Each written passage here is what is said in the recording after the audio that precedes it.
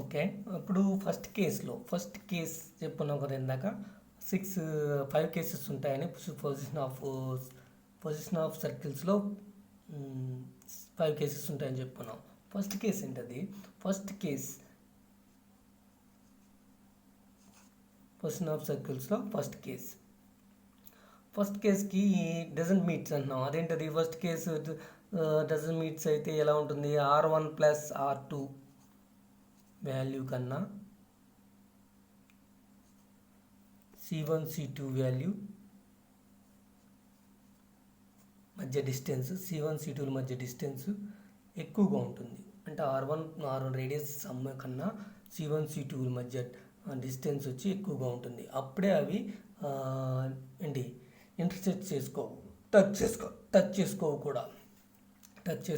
ఇప్పుడు ఏంటంటే ఈ కేసులో మనం పాయింట్స్ గురించి డిస్కస్ చేస్తున్నాం. కొన్ని పాయింట్స్ ఇక్కడ సర్కిల్స్ ఇంటర్సెక్ట్ చేసుకోవట్లా, టచ్ చేసుకోవట్లా. ఫస్ట్ కేసులో ఇది ఏమవుతుంది? ఒక సర్కిల్ తీసుకున్నాం, ఇంకో సర్కిల్ తీసుకున్నాం.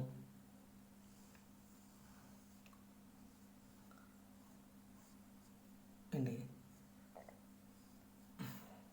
దీంట్లో ఉన్న పాయింట్స్ డిస్కస్ చేసుకుంటున్నాం. ఇప్పుడు పాయింట్స్ వచ్చి డిస్కస్ చేసుకున్న వాటిల్లో అన్నిటికీ కామన్గానే ఉంటాయి.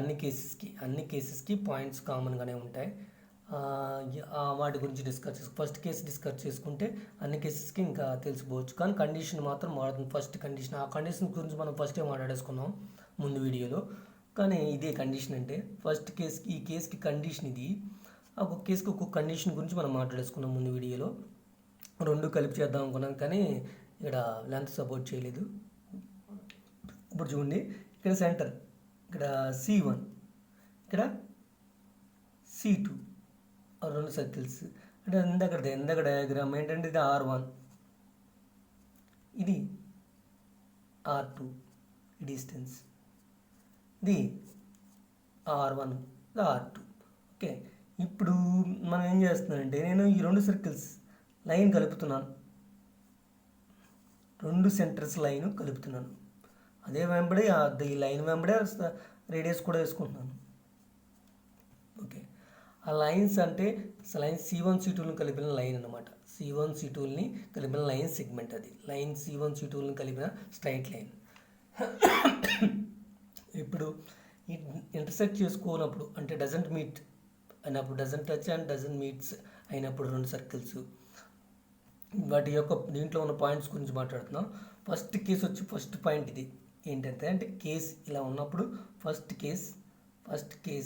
ఫస్ట్ పాయింట్ ఈ కేసులో R1 plus R2 less than C1 C2 అవ్వాలి. అది ఇందాక డిస్కస్ చేసుకున్నాం. అంటే వాల్యూ ఈ R1 ఇది R2 ఈ రెండింటిని కలుపుకోకుండా ఈ లెంత్ ఎక్కువగా ఉంది. ఆ రెండింటిని కలిపిన ఈ లెంత్ C1 C2 అనే మధ్య డిస్టెన్స్ ఎక్కువగా ఉంది. ఈ రెండు R1ని R2ని కలిపేసిన దానికన్నా లెంత్ C1 C2 ఎక్కువగా ఉంటుంది. అది first case. Second point second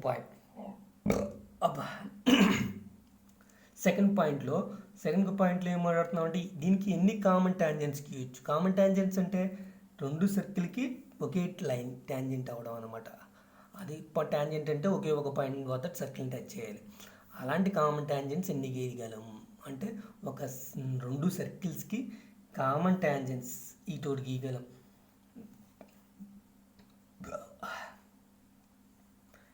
ఇక్కడ ఒకే పాయింట్ని టచ్ చేసేలా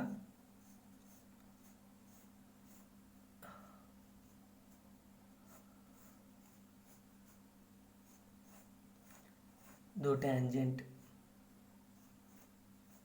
ఈ పాయింట్ టచ్ చేస్తుంది అనుకోండి, డయాగ్రామ్ సరిగ్గా రాకపోయినా ఈ పాయింట్ టచ్ చేస్తుంది ఒకే పాయింట్ వద్ద, అదొక ట్యాంజెంట్. నెక్స్ట్ ఇక్కడ ఒక పాయింట్ టచ్ చేస్తుంది, ఇక్కడ ఒక పాయింట్ టచ్ చేస్తుంది. అంటే ఈ రెండు సర్కిల్కి ఇదొక కామన్ ట్యాంజెంట్, ఇదొక కామన్ ట్యాంజెంట్. అది ఇంకెన్ని గీయగలమంటే ఇక్కడ ఒక ట్యాంజెంట్,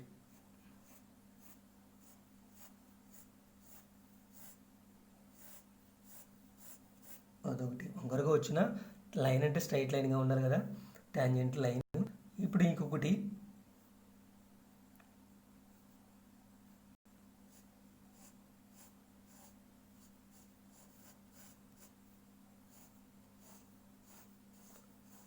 ఇది ఓ ట్యాంజెంట్.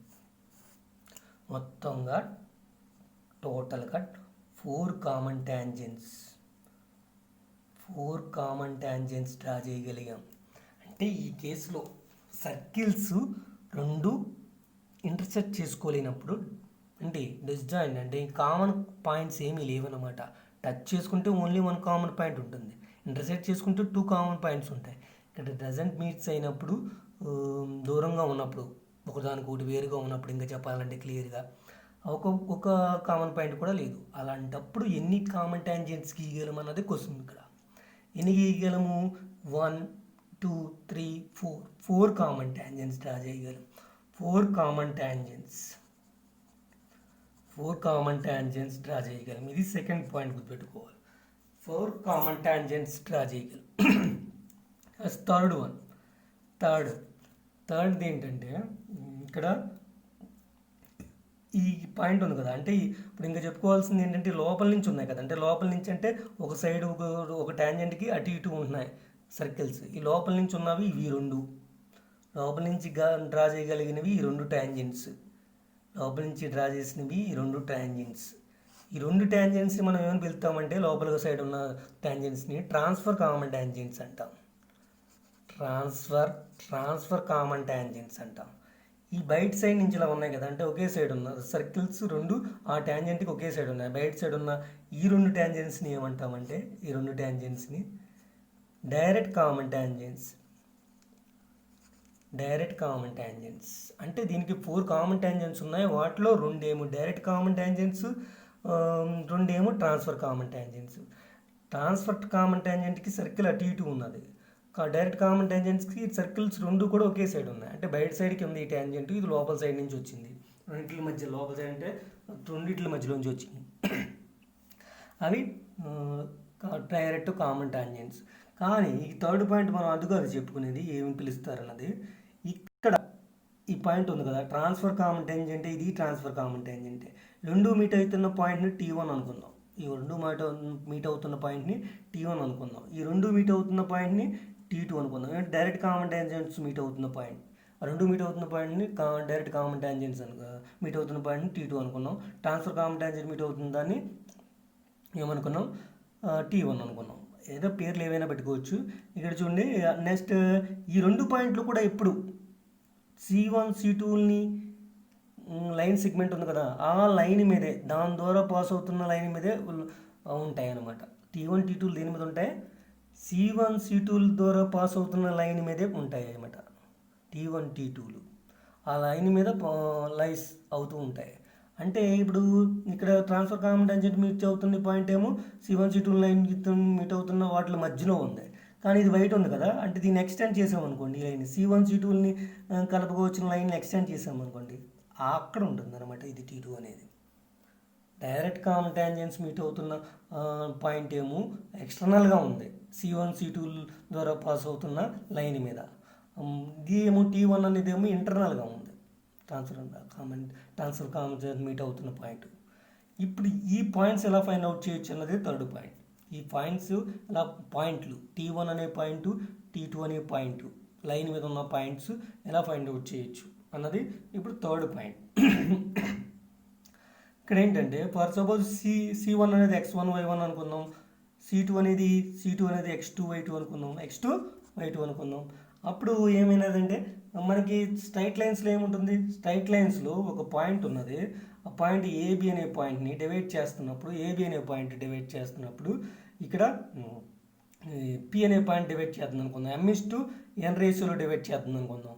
అప్పుడు మనం ఈ P అనే పాయింట్ ఫైండ్ అవుట్ చేసే ఫార్ములా ఉంది కదా మనకి, ఆ ఫార్ములా బేస్ చేసుకుని ఇది రాసుకుంటున్నాం మనం x2 y2. ఇప్పుడు దీనికి ఫార్ములా ఏంటి? ఈ పాయింట్కి ఫార్ములా ఏంటి? ఈ పాయింట్కి formula mx2 plus nx2 plus nx1 by m plus n. Next my2 plus ny1 by m plus n. ఇది ఈ పాయింట్కి ఫార్ములా. కోఆర్డినేట్స్, ఈ P యొక్క కోఆర్డినేట్స్ ఇలా వస్తాయి. M:n రేషియోలో 1:2 రేషియోలో డివైడ్ చేస్తే m ప్లేస్లో 1, n ప్లేస్లో 2 సబ్స్టిట్యూట్ చేసుకుని x1 అనే పాయింట్స్ ఇస్తారు కదా కోఆర్డినేట్స్, అవి సబ్స్టిట్యూట్ చేసుకోవాలి. అలా P అనే పాయింట్ వస్తుంది. అప్పుడు మరి ఒకవేళ ఇది 1:1 అనుకోండి, అంటే 1:1 అయితే కనుక 1:1 అయితే కనుక, లేకపోతే 2:2 అయితే 3 అంటే మిడ్ పాయింట్ అవుతుంది. అప్పుడు ఆ మిడ్ పాయింట్ అయినప్పుడు సేమ్ అయినప్పుడు సేమ్ కామన్ తీస్తే, అందుకే మిడ్ పాయింట్ అంటే x2 plus x1/2 y2 plus y1/2 అంటే y1 plus y2 mid point అలా వస్తుంది ఫార్ములా. ఇక్కడ సేమ్ నెంబర్ ఉన్నప్పుడు కామన్ తీసేసుకుని ఇక్కడ కలిపేస్తున్నప్పుడు అంటే రేషియో ఈక్వల్ అయినప్పుడు ఇక్కడ 1:1 రేషియోలో అయితే అది మిడ్ పాయింట్ అవుతుంది అన్నమాట. 1:1 రేషియోలో 2:2 రేషియోలో డివైడ్ చేస్తే అది మిడ్ పాయింట్ అవుతుంది. ఇప్పుడు అదే ఈ పాయింట్ ఫర్ సపోజ్ ఇక్కడ ఎక్స్టర్నల్లీ అన్నాం మనం, ఈ పి అనే పాయింట్ ఇక్కడ ఎక్స్టర్నల్లీ డివైడ్ ఇక్కడ ఎక్స్టర్నల్లీ డివైడ్ చేస్తుంది అనుకుందాం. అప్పుడు ఏమవుతుంది, ఇక్కడ ఫార్ములా జస్ట్ ఎం ప్లేస్లో ఏం సబ్స్టిట్యూట్ చేయాలంటే ప్లస్ ప్లేస్లో ఏం సబ్స్టిట్యూట్ చేయాలంటే మైనస్ సబ్స్టిట్యూట్ చేసుకోవాలి అంతే, అంతకుమించి ఏం లేదు. ఇక్కడ పాయింట్ ఎలా వస్తుంది, ఈ ఫార్ములా ఈ పాయింట్ కోఆర్డినేట్స్ ఎలా వస్తాయంటే సేమ్ ఇంతే అంతా. ఇక్కడ ప్లస్ ప్లేస్లో మైనస్, ప్లస్ ప్లేస్లో మైనస్ సబ్స్టిట్యూట్ చేసుకుంటాం, ప్లస్ ప్లేస్లో మైనస్, ప్లస్ ప్లేస్లో మైనస్ సబ్స్టిట్యూట్ చేసుకుంటాం. అది ఎక్స్టర్నల్ పాయింట్ అనమాట. అంటే ఎక్స్టర్నల్ అంటే మీనింగ్ ఏబీలకి మధ్యలో ఉంటే ఇంటర్నల్, ఏబీలకి ఎక్స్టెండ్ చేయవచ్చిన లైన్ మీద బయట ఉంటే ఏబీలకి ఎక్స్టర్నల్గా ఉందన్నమాట, బయట ఉందన్నమాట. అందువల్ల ఆ పాయింట్కి ఆ మైనస్లో వేయడం వల్ల వస్తుంది ఏంటి. నెక్స్ట్ ఆ పాయింట్ మరి దాన్ని బేస్ చేసుకుని ఇక్కడ మనం ఎందుకు ఇది అంతా చెప్పానంటే ఈ లైన్ బేసిక్, ఇక్కడ లైన్ ఏముంది, ఈ లైన్ ఇక్కడ ఒక లైన్ C1 C2 ఏబీలు బదులుగా ఇక్కడ C1 C2 ఉంది. అప్పుడు దాన్ని మనకి రేషియో R1:R2 రేషియోలో డివైడ్ చేస్తుంది అనమాట. R1:R2. ఈ T1 అనేది C1 C2 లైన్ కలపగా వచ్చిన లైన్ సెగ్మెంట్ని, C1 C2ని కలపగా వచ్చిన లైన్ సెగ్మెంట్ని T1 అనేది R1:R2 రేషియోలో డివైడ్ చేస్తుంది. R1:R2 రేషియోలో డివైడ్ చేస్తుంది, ఇంటర్నల్లీ డివైడ్ చేస్తుంది. అదే ఈ T2 అనేది C1 C2ని ఎక్స్టెండ్ చేయకొచ్చిన లైన్ని ఇక్కడ డివైడ్ చేస్తుంది, ఎక్స్టర్నల్లీ డివైడ్ చేస్తుంది. ఎక్స్టర్నల్కి మైనస్ చేయాలన్నమాట. ఇక్కడ x1y2 x1y1 x2y2 కామన్గా తీసుకున్నాం, కానీ m:n ప్లేస్లో ఏం తీసుకుంటాం, R1:R2. అప్పుడు పాయింట్ ఏమవుతుంది, R1x2 plus R2x1 by R1 plus R2. ఇక్కడ R1y2 plus R2y1 by R1 plus R2. ఇది పాయింట్. ఈ పాయింట్ ద్వారా మనం ఏం ఫైండ్ అవుట్ చేయొచ్చు, T1 ఫైండ్ అవుట్ చేయొచ్చు. T1 అంటే ఏంటి, ఇక్కడ ట్రాన్స్ఫర్ కామన్ టాంజెంట్స్ మీట్ చేసుకుంటున్న point, transfer common tangent meet అవుతున్న పాయింట్. నెక్స్ట్ ఇంకొకటి ఏంటి, ఇక్కడ మైనస్ వేసామనుకోండి T2, సేమ్ ఇక్కడ ఫార్ములా దింపేసి ఇక్కడ ఏం చేయాలి, మైనస్ వేయాలి. ఇక్కడ ఏం వేయాలి, మైనస్లు వేసుకోవాలి. మైనస్ ప్లస్ ఉన్న చోట మైనస్ వేసుకోవాలి. అది ఇక్కడ T2 వస్తుంది. T2 అది ఎక్స్టర్నల్ పాయింట్ T2. అది నెక్స్ట్ ఇప్పుడు ఇందాక మనం 5 కేసెస్ చెప్పాను కదా. ఆ 5 కేసెస్లో ఫస్ట్ ఉన్న పాయింట్ మాత్రం మారుతుంది, అంటే ఇక్కడ ఫస్ట్ ఉన్న పాయింట్ మారుతుంది, సెకండ్ పాయింట్ కూడా మారుతుంది. అంటే కామన్ టాంజెంట్స్ ఎన్ని గీయగలుగుతున్నారని ఇవి మాత్రం సేమ్ డిటో రన్ అవుతూ ఉంటాయి, వాల్యూస్ మారుతాయి అంతే. నెక్స్ట్ ఇక్కడ common tangents common tangents length అంటే ట్రాన్స్ఫర్ కామన్ టాంజెంట్ లెంత్ ఇక్కడ నుంచి ఇక్కడ ఉంది, ఇది ఫైండ్ అవుట్ చేయడం. Next direct common tangent length ఇక్కడ నుంచి ఇక్కడికి ఉంది, అది ఫైండ్ అవుట్ చేయడం. అది 4th పాయింట్. కానీ ఇక్కడ నాకు తెలిసి లెంత్ సరిపోవట్లేదు, దాని మీదుగా మళ్ళీ వేరేలా చేయాలేమో దాని ప్రూఫ్ చెప్పడానికి. ఇది పాయింట్స్. ఈ పాయింట్స్లో కన్ఫర్మ్, ఈ పాయింట్స్లో ఇక్కడ రెండో కేసులో ఏమవుతుంది, ఎన్ని కామన్ టాంజెంట్స్కి డ్రా చేయగలమన్నది చూద్దాం.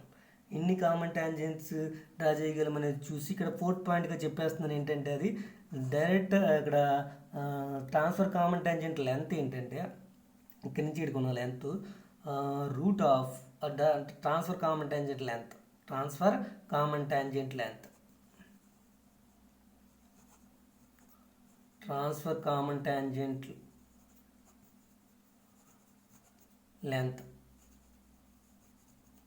ఆ లెంత్ ఏంటంటే root of C1 C2 whole square minus R1 plus R2 whole square. ఇది ఇక్కడ నుంచి ఇక్కడ లెంత్ ఫైండ్ అవుట్ చేయడానికి ఫార్ములా, అది గుర్తుపెట్టేసుకోవచ్చు. నేను చెప్తుంది ఏంటంటే ఇది అన్ని JEE mains concept. Next direct common tangent direct common tangent length, ఆ లెంత్ ఎంత అంటే ఇది ఇక్కడ మైనస్ వస్తుంది అంతే, ఇక్కడ మైనస్ వస్తుంది అంతే, ఈ ప్లేస్లో మైనస్ వస్తుంది. అంటే C1 C2 whole square minus R1 minus R2 whole square. ఇది C1 C2 మధ్య డిస్టెన్స్, ఇది రేడియస్ డిఫరెన్స్. ఇవి transfer common tangent length, direct common tangent length find out చేయడానికి ఫార్ములా. ఈ ఫార్ములా ప్రూఫ్స్ చూడొచ్చు. చూసే ముందు ఏంటి కేసు ప్రూఫ్సే చెప్దాం ముందు.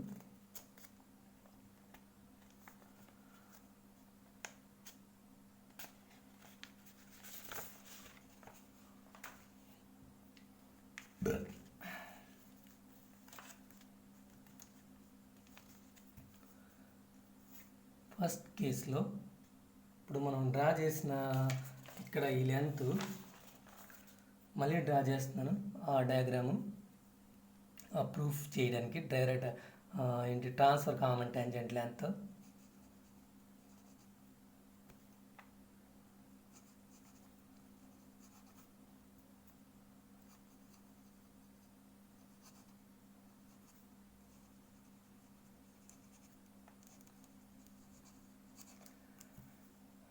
Length of transfer common tangent అది ప్రూవ్ చేస్తున్నాను.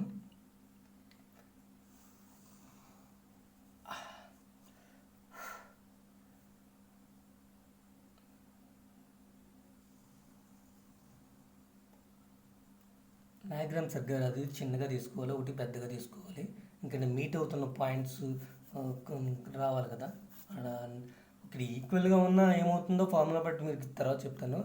నెక్స్ట్ చూడండి, ఇక్కడ సరే ఇక్కడ ఏమవుతుంది, ఇప్పుడు ఇది C1, ఇది C2, నెక్స్ట్ ఇది R1 R2. ఇప్పుడు ఏంటంటే ఈ రెండింటిని కలిపేస్తున్నాను నేను, సెంటర్స్ రెండింటిని కలిపేస్తున్నాను లైన్. నెక్స్ట్ ఇప్పుడు ఏంటంటే ట్రాన్స్ఫర్ కామన్ టాంజెంట్స్ గీస్తున్నాను. ఇక్కడ ట్రాన్స్ఫర్ కామన్ టాంజెంట్స్ మనకు అవే కావాలి కాబట్టి ఇక్కడ డైరెక్ట్ కామన్ టాంజెంట్ లెంత్ అని సిమిలర్లీ ప్రూవ్ చేసేసుకోవచ్చు, అది చెప్తాను నేను. నెక్స్ట్ ఇక్కడ ట్రాన్స్ఫర్ కామన్ టాంజెంట్ అవి ఎక్కడ మీట్ చేసుకుంటాయి, సెంటర్స్ని కలుపుతున్న లైన్ మీద మీట్ చేసుకుంటాయి కంపల్సరీ. సెంటర్స్ని కలుపుతున్న పాయింట్ వద్ద సెంటర్స్ లైన్ మీద మీట్ చేసుకుంటాయి.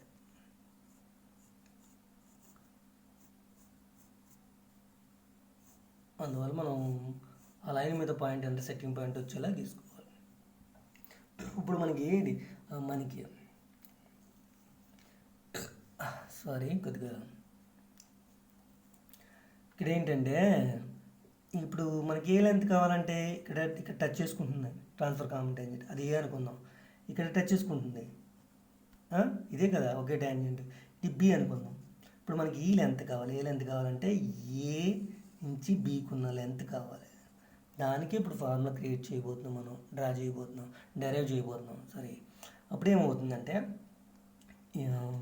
దీనికోసం మనం ఏం చేయాలంటే ఈ లెంత్ ఫైండ్ అవుట్ చేయడానికి ఇక్కడ C2 నుంచి పాస్ అవుతూ ఉన్న ఒక లైన్ డ్రా చేసుకోవాలి. C2 నుంచి పాస్ అవ్వాలి, దీనికి ప్యారలల్గా ఉండాలి, ఏబీకి ప్యారలల్గా ఉండాలి, C2తో పాస్ అవ్వాలి. C2 నుంచి పాస్ అవుతూ ఏబీకి ప్యారలల్గా ఉండే లైన్ డ్రా చేసాను నేను. C2 గుండా పాస్ అవుతూ చిన్న సర్కిల్ ఎందుకు చేశానంటే, చిన్న రేడియస్ ఉన్న తక్కువ రేడియస్ ఉన్న రెండు సర్కిల్లో తక్కువ రేడియస్ ఉన్న జస్ట్ దాని నుంచి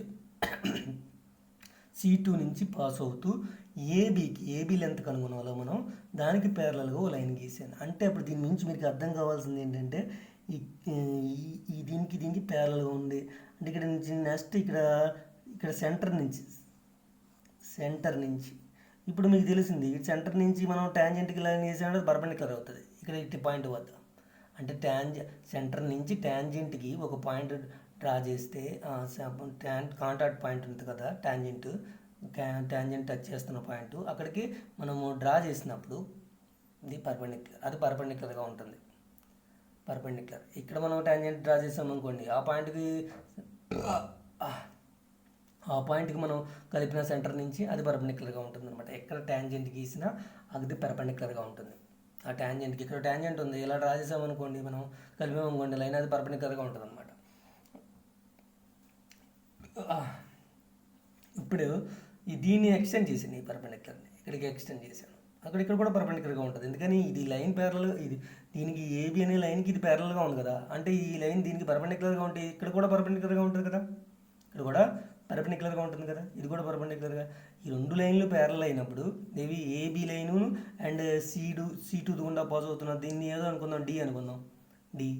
అప్పుడు ఈ line DC2 line AD line ప్యారల్గా ఉన్నాయి కాబట్టి ఆ లైన్కి ఈ లైన్కి పర్పెండిక్యులర్ అయినప్పుడు దీనికి కూడా పర్పెండిక్యులర్ అవుతుంది కదా, అవుతుంది. అంటే 2 లైన్స్ ఇలా ఇప్పుడు ఏం చెప్పాలి, 2 లైన్స్ ప్యారల్గా ఉన్నప్పుడు ఈ లైన్కి ఒక లైన్ పర్పెండిక్యులర్ డ్రా చేస్తే పర్పెండిక్యులర్గా ఉంటే దీన్ని ఎక్స్టెండ్ చేస్తే దీనికి కూడా పర్పెండిక్యులర్గా ఉంటుంది కదా, అందువల్ల ఇది పర్పెండిక్యులర్ అవుతుంది దీనికి. ఇప్పుడు నెక్స్ట్ వన్కి ఇది C1 కదా, ఇది C1. ఇక్కడ ఇప్పుడు మనకు ఒక ట్రయాంగిల్ ఫామ్ అయింది. ఏ ట్రయాంగిల్ అంటే ఇది C1DC2 ఈ ట్రయాంగిల్ ద్వారానే మనం ఇప్పుడు ప్రూవ్ చేయబోతున్నాం, దాంట్లో ఫార్ములా ప్రూవ్ చేయబోతున్నాం. అండ్ ఈ ట్రయాంగిల్లో ఇప్పుడు దీన్ని మనకి ఏ సైడ్ ఎంతెంత అవుతుందో ముందు చూసుకుంటే బెటర్. మనకు కావాల్సింది ఇది ఏబీ లెంత్, అంటే ఏబీకి సిమిలర్గా ఏబీ లెంత్ ఇక్కడ మనం గమనించాల్సింది అంటే AB length is equal to C2 DC2 అయినా ఏదైనా C2 DC2 ఈ DC2 ఈ లెంత్ ఏబీ లెంత్ ఒకటే కదా, అందుకని AB is equal to CD2. ఇది ఫైండ్ అవుట్ చేయాలి కాబట్టి దాన్ని మనం ఇప్పుడు ఏమి ఎంత అవుతుందని కనిపెట్టలేము ఈ డయాగ్రామ్ ద్వారా. ఇక్కడ ఏమవుతుంది, ఇక్కడ నుంచి ఇక్కడికి ఉన్నది సర్కిల్ డెఫినేషన్ ప్రకారం ఏంటది లెంత్ R1 C1 కాబట్టి సర్కిల్ S1 ఇది S2, అందువల్ల ఇది C1 R1 అది. నెక్స్ట్ ఇక్కడున్న లెంత్, ఇక్కడ నుంచి ఇక్కడికున్న లెంత్, ఇప్పుడు మనకి ట్యాంజెంట్ కదా, ఇది ట్యాంజెంటే కదా, ట్రాన్స్ఫర్ కామన్ నుంచి ఈ సర్కిల్ సెకండ్ సర్కిల్కి ట్యాంజెంటే కదా, ఈ సర్కిల్ నుంచి మనం ఒక డ్రా చేసామనుకోండి, కలిపామనుకోండి కాంటాక్ట్ పాయింట్ ఉన్న సర్కిల్, అది పర్పెండిక్యులర్ అవుతుంది, అది పర్పెండిక్యులర్ అవుతుంది. ఇదే రేడియస్ ఎంత, ఇది R2. మీరు గమనించాల్సింది ఏంటి, ఇది రెండు ప్యారల్గా ఉన్నాయి కదా, అంటే ఈ రెండు పర్పెండిక్యులర్గా ఉన్నాయి, అంటే ఈ రెండు ఎలా ఉంటాయి, ప్యారల్గానే ఉంటాయి. అంటే అప్పుడు ఈ డిస్టెన్స్ రెక్టాంగిల్ అవుతుంది. ఇది మొత్తం ADC2B అనేది ఇక్కడ B అనుకున్నది, ఇదంతా రెక్టాంగిల్ టైప్ అయింది. ఈ రెండు ఈక్వల్ అయినాయి, ఈ రెండు ఈక్వల్ అవుతాయి. అంటే ఈ R2 ఈజ్ ఈక్వల్ టు ఇక్కడికి ఈక్వల్ అవుతుంది, ఇది value R2. Sides rectangle opposite sides equal అన్నమాట, అలా ఈక్వల్ అన్నీ. ఇప్పుడు ఏమవుతుందంటే నెక్స్ట్ వన్, ఈ మొత్తం టోటల్ వాల్యూ ఎంత అవుతుంది, ఈ టోటల్ ఈ సైడ్ ఎంత అవుతుంది అంటే R1 ఇది R2 ఎంత అయింది, R1 ప్లస్ R2 అయింది. అంటే ఈ టోటల్ ఇది C1D is equal to C1 నుంచి Dకి ఉన్నది R1 ప్లస్ R2 అయింది. ఓకే, ఇక్కడేమో AB is equal to DC2 అయింది. ఓకే, నెక్స్ట్ ఇదేంటిది, ఈ సైడ్ ఇది హైపోటెనస్ అన్నమాట. ఇప్పుడున్న ఈ ట్రయాంగిల్ తీసుకున్నాం కదా, ట్రయాంగిల్ ఏం తీసుకున్నాం మనం, ట్రయాంగిల్ C1DC2,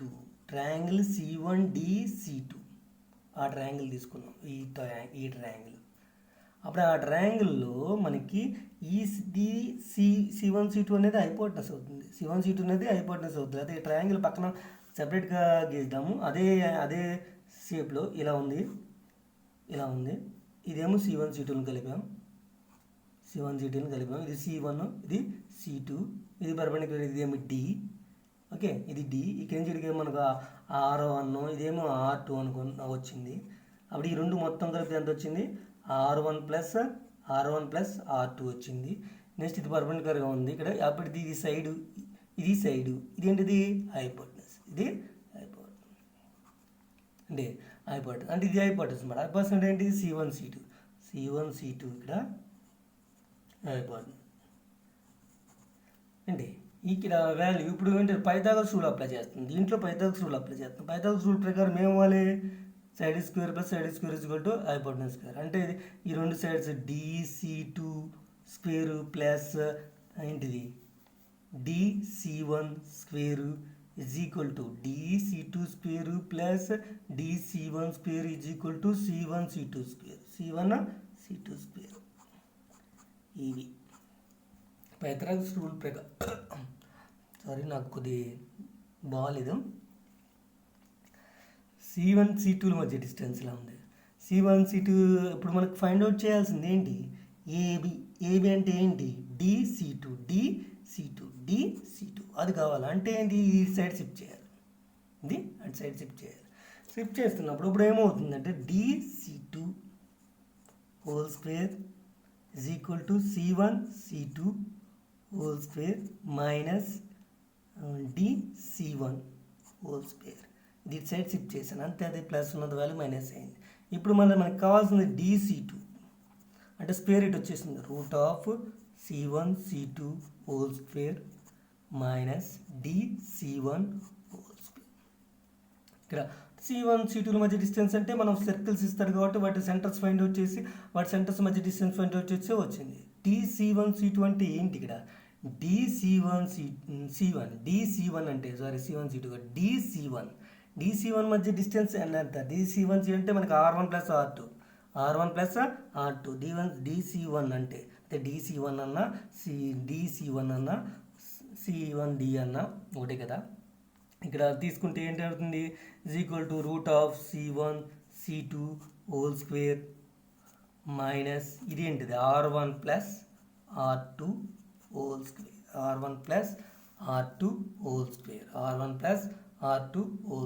ఇది పైథాగరస్ రూల్ ప్రకారం వచ్చింది. ఈ పైథాగరస్ రూల్ని షిఫ్ట్ చేసాం. షిఫ్ట్ చేస్తే ఇది ఇలా వచ్చింది, ఈ సైడ్కి వచ్చింది. నెక్స్ట్ ఇది స్క్వేర్ ఈ సైడ్ వెళ్తే రూట్ అయింది. ఇక్కడ ఎప్పుడు ఇది ఫార్ములా, ఇది దేనికి formula? Direct common tangents length. ఈ డీసీ అంటే dC2 అంటే ఏంటి? ఏబి అనేది ఇక్కడ మనకి ట్రాన్స్ఫర్ కామన్ ట్యాంజెంట్ యొక్క లెంత్ ఫైండ్ అవుట్ చేసే ఫార్ములా. ఇది ఫార్ములా డైరెక్ట్గా గుర్తుపెట్టుకుని మనం సర్కిల్స్ S1 S2 సర్కిల్స్ ఇస్తారు కాబట్టి ఈక్వేషన్స్ వాటి మధ్య సెంటర్స్ ఫైండ్ అవుట్ చేసి సెంటర్స్ మధ్య డిస్టెన్స్ ఫైండ్ అవుట్ చేసి ఇది వస్తుంది. R1 R2 కనిపెట్టవచ్చు మనం ఫార్ములాస్ నుంచి. అప్పుడు వాటి సమ్ చేసి ఈ డైరెక్ట్ ట్రాన్స్ఫర్ కామన్ ట్యాంజెంట్ యొక్క లెంత్ ఫైండ్ అవుట్ చేయొచ్చు. సిమిలర్లీ అంటే డైరెక్ట్ కామన్ ట్యాంజెంట్ లెంత్ కూడా ఫైండ్ అవుట్ చేయొచ్చు. అది ఇక్కడ జస్ట్ ఏమవుతుంది? R1 మైనస్ అక్కడ సమ్ ఆఫ్ ద రేడియస్ వచ్చింది, అక్కడ డిఫరెన్స్ ఆఫ్ ద రేడియసెస్ వస్తుంది. రేడియస్ అంటే R1 మైనస్ R2 వస్తుంది.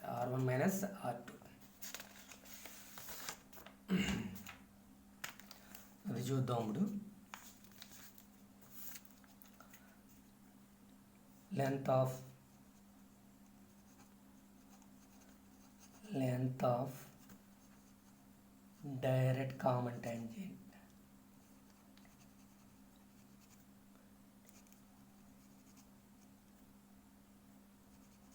length of direct common tangents. చూడండి సార్, దీనికి సేమ్ డయాగ్రామ్ కాకపోతే మనం డ్రా చేయాల్సిన ప్యారల్ లైన్ వేరేగా డ్రా చేస్తాం.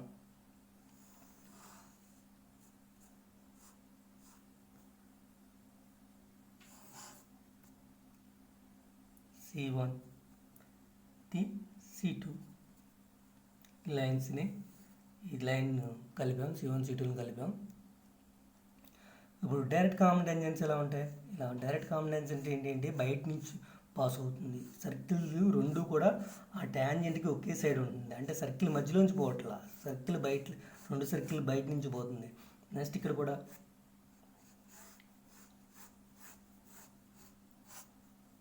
అవే ఇక్కడ మీట్ చేసుకుంటే ఈ లైన్ని ఎక్స్టెండ్ చేసిన దాని మీదే మీట్ చేసుకుంటాయి. డయాగ్రామ్స్ దగ్గర రాకుండా కొద్దిగా ఇలా మీట్ చేసుకుంటాయి. ఇప్పుడు మనకి కావాల్సిన లెంత్ ఏంటి?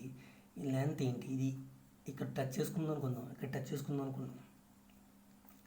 ఏం కావాలి? లెంత్. అప్పుడు మనకి ఇది ఏబి అనుకుందాం,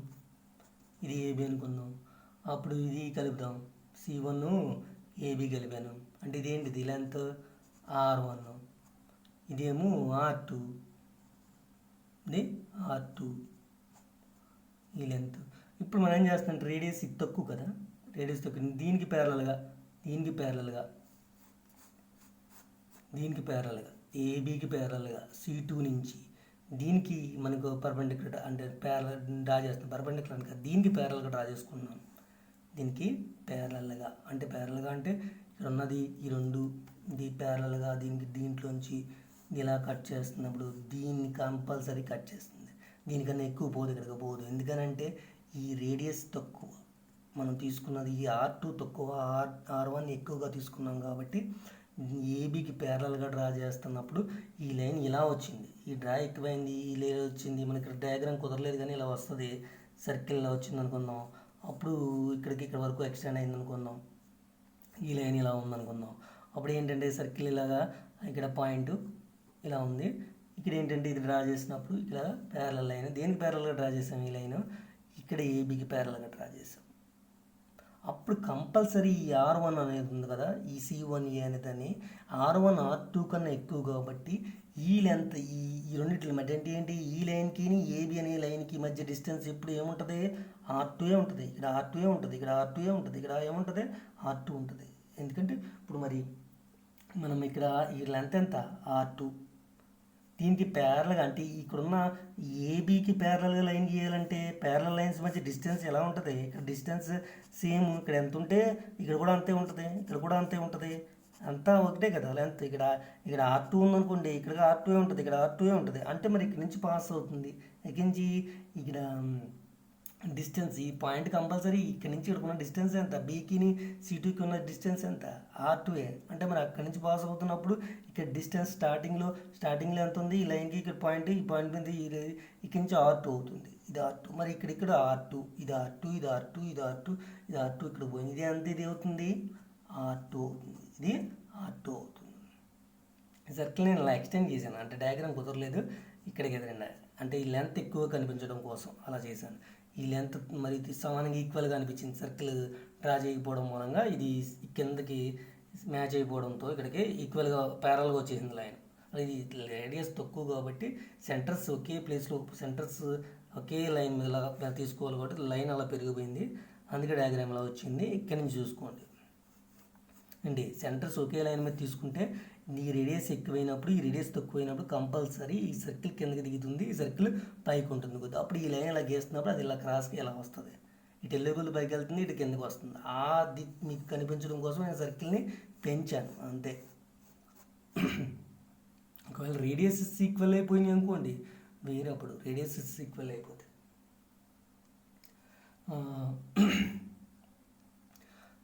ఇక్కడ చూడండి, ఇప్పుడు ఈ పాయింట్ ఉంది కదా, ఇక్కడ మనకు ఒక అంటే ట్రయాంగిల్ ఫామ్ అయింది. ఏదైనా అంటే ఇక్కడ నేను డ్రా చేశాను కదా ఇక్కడికి, ఇది ఏమో R2 ఏంటి, ఇక్కడ ఇలా డ్రా చేసిన ఇక్కడి నుంచి డ్రా చేసింది ఏంటి, ఇది పర్పెండిక్యులర్. ఎందుకని సెంటర్ నుంచి ఈ ట్యాంజెంట్, ఈ ట్యాంజెంట్కి సెంటర్ నుంచి ట్యాంజెంట్కి లైన్ గీసామంటే, ట్యాంజెంట్ కాంటాక్ట్ పాయింట్ వద్దకి గీసామంటే కాంటాక్ట్ చేసుకున్న పాయింట్ ఆఫ్ కాంటాక్ట్కి సెంటర్ నుంచి లైన్ గీసినప్పుడు అది కంపల్సరీ ఏమవుతుంది, పర్పెండిక్యులర్ అవుతుంది. ఇక్కడ పర్పెండిక్యులర్గా ఉంది ఈ లైను, పర్పెండిక్యులర్గా ఉంది. పర్పెండిక్యులర్గా ఉన్నప్పుడు ఏం చేస్తున్నామంటే, ఇదిగో ఈ ట్రయాంగిల్ తీసుకోండి, ట్రయాంగిల్ C1, ఇక్కడ ఒక పాయింట్ D అనుకుందాం, ఇక్కడ అనుకుందాం D. ఈసారి ఈ పాయింట్ ఇక్కడ పర్పెండిక్యులర్గా ఉంటుంది, ఇక్కడ పర్పెండిక్యులర్గా ఉంటుంది. ఎందుకని ఈ లైను దీనికి ఈ ప్యారలల్ లైన్ ఈ లైన్కి పర్పెండిక్యులర్గా ఉంటుందని ఎలా తెలిసింది మనకి, C1 అనే సెంటర్ నుంచి ఈ ట్యాంజెంట్కి డ్రా చేసాం కాబట్టి పాయింట్ ఆఫ్ కాంటాక్ట్ దగ్గరికి ఇది పర్పెండిక్యులర్ అని తెలిసింది. మరి ఈ లైన్కి ప్యారలల్ ఏది ఉంది, ఇది ఉంది, C2 నుంచి పాస్ అవుతుంది, ఇది D అనుకున్నాం. ఓకే, C2 నుంచి Dకి పాస్ అవుతున్న లైన్ దేనికి ప్యారలల్గా ఉంది, AB అనే లైన్కి ప్యారలల్గా ఉంది. అప్పుడు ఈ రెండు ప్యారలల్ లైన్స్ అయినప్పుడు ఇది C1DA అనేది పర్పెండిక్యులర్ టు దేనికి, ఏబీకి పర్పెండిక్యులర్గా ఉన్నప్పుడు ఇక్కడ C2Dకి కూడా పర్పెండిక్యులర్గా ఉంటుంది. ఎందుకంటే ఈ రెండు ప్యారలల్ లైన్స్కి ఒకటి పర్పెండిక్యులర్గా ఉంటుంది, ఇంకో దానికి కూడా పర్పెండిక్యులర్గానే ఉంటుంది కదా, అప్పుడే చెప్పుకున్నాం ఇందాక. రెండు ప్యారలల్ లైన్స్ ఉన్నాయి, ఒకదానికి లైన్ పర్పెండిక్యులర్గా ఉందంటే దీనికి ఇంకో లైన్ ప్యారలల్ లైన్స్ పర్పెండిక్యులర్గా ఉంటుంది, అది పర్పెండిక్యులర్ అవుతుంది. అంటే ఇక్కడ పర్పెండిక్యులర్ అని చెప్పి, ఎందుకంటే ఇది ఇప్పుడు నేను ఈ C1D C2 అనే ఒక ట్రయాంగిల్, C1D C2 అనే ట్రయాంగిల్ రైట్ యాంగిల్ ట్రయాంగిల్ అని చెప్పడానికే ఈ తపనంతా. ఎందుకంటే ఇది రైట్ యాంగిల్ ట్రయాంగిల్ అయితే అప్పుడు పైథాగరస్ రూల్ అప్లై చేయొచ్చు ఇందాకలాగా. ఇప్పుడు ఇది మీరు ఆల్రెడీ ఇక్కడి నుంచి ఇదే హైపోటెనస్ అవుతుంది. అదేంటి C1 C2ల మధ్య డిస్టెన్స్. ఇది సైడ్, ఇదొక సైడ్ అవుతుంది. ఇప్పుడు ఈ చిన్న ట్రయాంగిల్ తీసుకున్నాం కాబట్టి C1D C2, ఈ ట్రయాంగిల్లో C1 C2 హైపోటెనస్ అవుతుంది. నెక్స్ట్ ఈ లెంత్ ఎంత అవుతుందో మనం ఫైండ్ అవుట్ చేయాలి. ఇప్పుడు మనకి ఇది ఫైండ్ అవుట్, ఇదే కావాలి మనకి ఆన్సర్. ఏంటంటే AB కావాలి, అంటే ఈ లెంత్ మొత్తం కావాలి. ఏమంటే మన క్వశ్చన్ మార్కు DC2 అనేది కావాలి. ఇదేమో హైపోటెనస్ C1 C2. ఇది ఇక్కడ డయాగ్రామ్ నుంచి మనం తెలుసుకోవాలి. డయాగ్రామ్ నుంచి ఇక్కడి నుంచి ఇక్కడికైనా డిస్టెన్స్ ఎంత మనం R2. మరి మొత్తం డిస్టెన్స్ ఎంత ఇక్కడి నుంచి ఇక్కడ వరకు ఏ వరకు ఉన్న పాయింట్, C1 నుంచి ఏ వరకు ఉన్న పాయింట్ ఎంత R1. అది రేడియస్ కాబట్టి సర్కిల్ ఇక్కడ వరకు పెంచాను, గమనించాలి. ఇది ముందు డయాగ్రామ్ అది పెంచాను. ఇక్కడ ఏమంటే R1, ఇది ఎంత అయింది, ఇది మొత్తం R1 C1 C2. అంటే R1లోంచి ఈ పార్ట్ R2 తీసేస్తే ఇక్కడ నుంచి ఇక్కడికి ఉన్నది R1 మొత్తం, దాంట్లోంచి ఇక్కడ R2 తీసేస్తే ఈ పార్ట్ వస్తుందా రాదా, వస్తుంది. అంటే ఏంటంటే R1 మైనస్ R2. ఈ పార్ట్ ఎంత అంటే R1 మైనస్ R2 ఈ సైడ్ వచ్చింది మనకి. అంటే C1D2 కాదు, sorry C1D is equal to ఎంత, R1 minus R2. C1D is equal to R1 minus R2. అది ఇది ఏమో C1 C2 మధ్య డిస్టెన్స్. ఇప్పుడు మనం ట్రయాంగిల్ ఫామ్ చేసుకున్నాం. ఏ ట్రయాంగిల్ అంటే అదేం ట్రయాంగిల్, C1 ఇది C2 ఇలా ఉంది. ఇది D, ఇది C2. ఇదేమో C1 C2 డిస్టెన్స్ అంటే C1 C2 డిస్టెన్స్. ఇదేమో R1 మైనస్ R2, ఇది ఈ లెంత్. మనకు కావాల్సింది ఇది అంటే.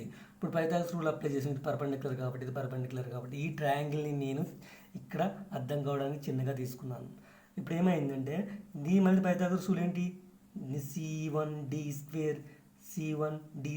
Plus DC2² is equal to hypotenuse అంటే C1 C2 హోల్ స్క్వేర్.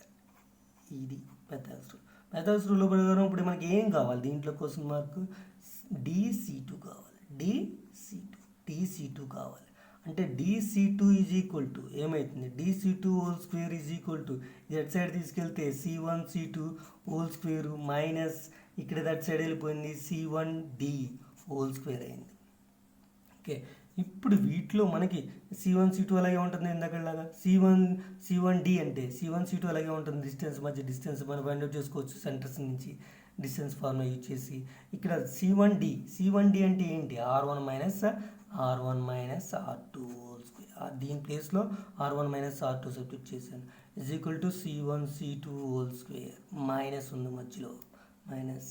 ఇక్కడ DC2 హోల్ స్క్వేర్ ఉంది. DC2 ఇక్కడ ఇదేం చేస్తుంది, ఇది స్క్వేర్ ఎట్ సైడ్ తీసుకెళ్తే అండర్ రూట్ వచ్చింది. DC2 అంటే ఏంటి, DC2 అంటే ఏంటి, DC2 అంటే AB. ఇక్కడ DC2 దాని లెంతే DC2 లెంతే. ఇక్కడ DC2 లెంత్ ఏమవుతుంది, ఇక్కడ లెంత్ వచ్చింది కాబట్టి AB అవుతుంది. ఇది మనకి direct common tangent length find out చేయడానికి. ఇందాక చెప్పింది ట్రాన్స్ఫర్ కామన్ ట్యాంజెంట్. ఓకే, కొద్ది మనకి హెల్త్ ప్రాబ్లం వల్ల మధ్యలో కొద్ది డిస్టర్బ్ అయింది. ఇది నేను జస్ట్ వాయిస్ క్లారిటీ కోసము ఇలా ట్రై చేశాను. విషయం ఏంటంటే ప్రాబ్లమ్స్ నేను కొన్ని రోజుల్లో సెట్ చేసేసుకుంటాను అంతాను. అందాక మా ఫ్రెండ్స్కి చెప్తున్నాను ముందు, ఇది షేర్ చేయండి, సబ్స్క్రైబ్ చేయండి, షేర్ చేయండి కొద్ది వేరే వాళ్ళకి. అంటే వీడియో వాయిస్ సరిగ్గా లేకపోతే కొద్దిగా ఫస్ట్ ఈ వీడియోస్ బాగోవని, ఎవరు ఫీలింగ్ బాగోదని, సబ్స్క్రైబ్ చేసుకోరని అనే ఉద్దేశంతో నేను ఇలా పేపర్ మీద చేశాను. కానీ అయినా ఈరోజు కొద్దిగా హెల్త్ ప్రాబ్లంగా ఉండడం మూలంగా కొద్ది ఇబ్బంది పడ్డాను నేను. అయినా వీడియో నేను ఈ అన్నెసరీ థింగ్స్ పట్టించుకోవాలనుకుంటున్నాను. ఎక్స్ప్లెనేషను ఇక్కడ ఉన్న కాన్సెప్ట్ పట్టించుకోండి కొద్ది. నేను ఫ్యూచర్లో కన్ఫామ్గా ఈ ఎక్విప్మెంట్ అంతా చూసుకుని ఇంతకన్నా బెటర్గానే చేయాలనుకుంటున్నాను. అంతవరకు కొద్దిగా నా ఫ్రెండ్స్ అర్థం చేసుకుంటే చాలు, వాళ్ళు దీన్ని షేర్ చేస్తే చాలు. సబ్స్క్రిప్షన్స్ పెరగాలని, సబ్స్క్రైబ్ చేసుకోవాలనే ఉద్దేశంతో నేను వాయిస్ క్లారిటీ ఇలా అయితే వాయిస్ క్లారిటీ ఉంటుందనే ఉద్దేశంతో ఇలా పేపర్ పైన వర్క్ చేశాను. Okay, thank you.